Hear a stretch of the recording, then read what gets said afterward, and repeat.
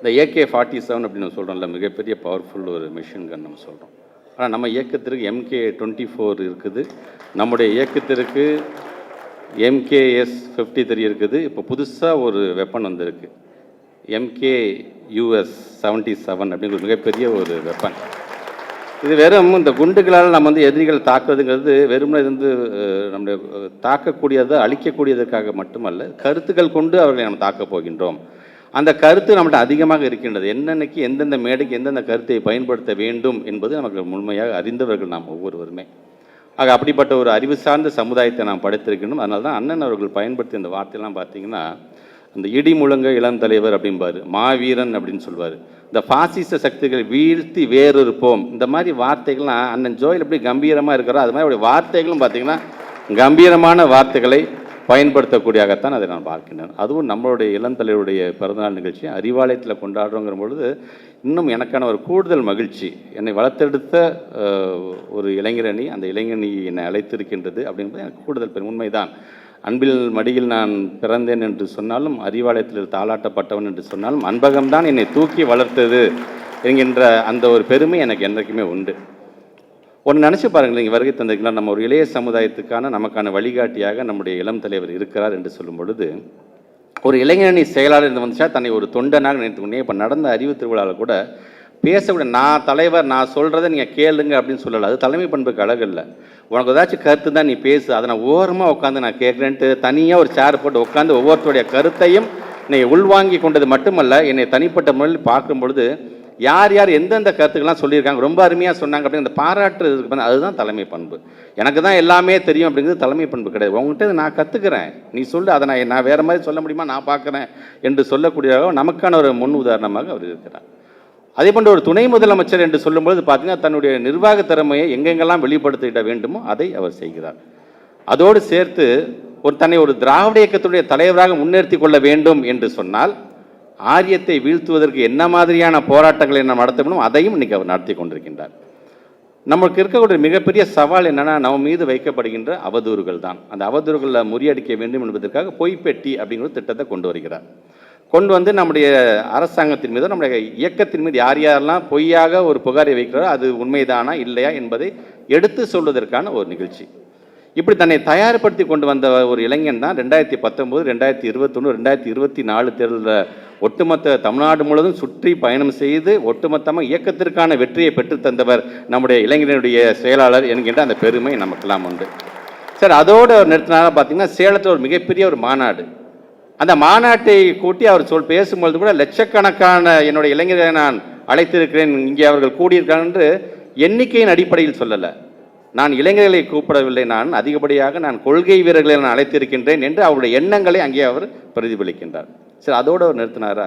முத்தமிழறிஞர் பதிப்பகம் என்கின்ற பெயரில் திராவிட இயக்கத்தை சார்ந்துகின்ற புத்தகங்கள்லாம் வெளியிட்டு அதை பதிப்பித்து அதெல்லாம் நம்முடைய மாணவ செல்வங்களாக இருந்தாலும் இளைய சமுதாயத்தை கொண்டு செல்ல வேண்டும் என்ற விதத்தில் இன்றைக்கு அந்த பணியும் இன்றைக்கி அவர் செய்து கொண்டிருக்கின்றார்.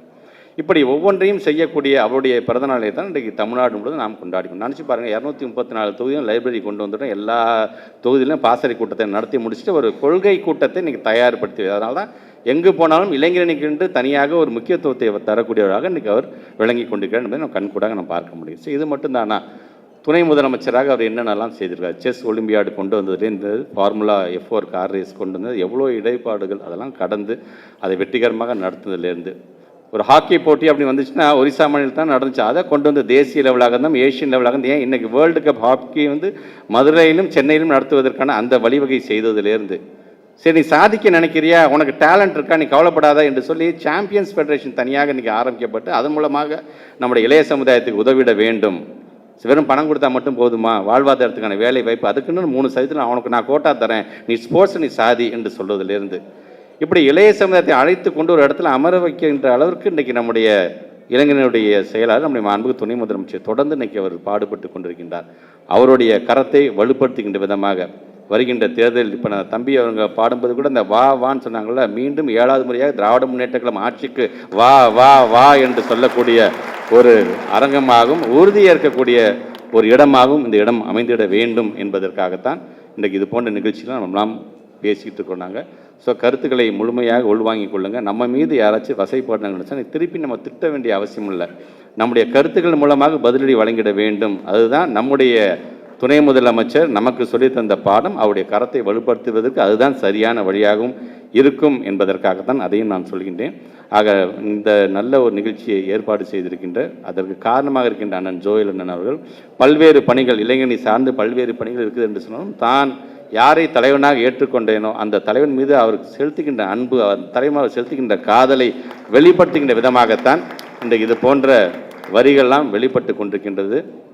ஒரு ஆடு மேய்ப்பவருக்கும் ஒரு ஆசிரியருக்கும் பிறந்த ஒரு குழந்தை இன்றைக்கி மிக அழகாக இந்த பாடலை இன்றைக்கி வடிவமைத்திருக்கிறார், தந்திருக்கிறார் என்று சொல்வது அவருக்கு மட்டுமல்ல, இதற்காக பணியாற்றிய கேமராமேன்லேருந்து, எடிட்டர்லேருந்து, மியூசிக் டைரக்டர்ஸ்லேருந்து, பாடியவர்கள்லேருந்து, அது எழுதினவர் முதற்கொண்டு அனைவருமே நான் பாராட்ட நான் கடமைப்பட்டிருக்கின்றேன். ஆக வருகை தந்திருக்க நீங்கள் இது போன்ற பாட்டுகள் நமக்கு மகிழ்ச்சியும் எழுச்சியும் தருவது என்பது ஏதோ அந்த 4 நிமிஷம் 5 நிமிஷத்தில் முடிஞ்சிட்டு அடுத்த வேலைன்னு இல்லாமல் அது என்றைக்குமே நம்முடைய நினைவில் இருக்கக்கூடியதாக இருக்க வேண்டும். அப்பொழுதுதான் என்னை பொறுத்த வரைக்கும் என்ன முத்தமிழர் கலைஞர் சொல்வது போல தான் எல்லா சிப்பிகள்லையும் பார்த்தீங்கன்னா முத்துக்கள் இருக்காது. சில சிப்பிகள் வந்து முத்துக்கள் இருக்கும், சில சிப்பிகளில் முத்துக்கள் இருக்காது. ஆனால் நம்மளுடைய இயக்கத்தை சார்ந்திருக்க இளைஞரணி என்கின்ற சிப்பியில் தான் ஒவ்வொன்றும் முத்துக்களாக இருக்கிறது என்பதை நான் பெருமையோடு நான் எடுத்து சொல்வேன்.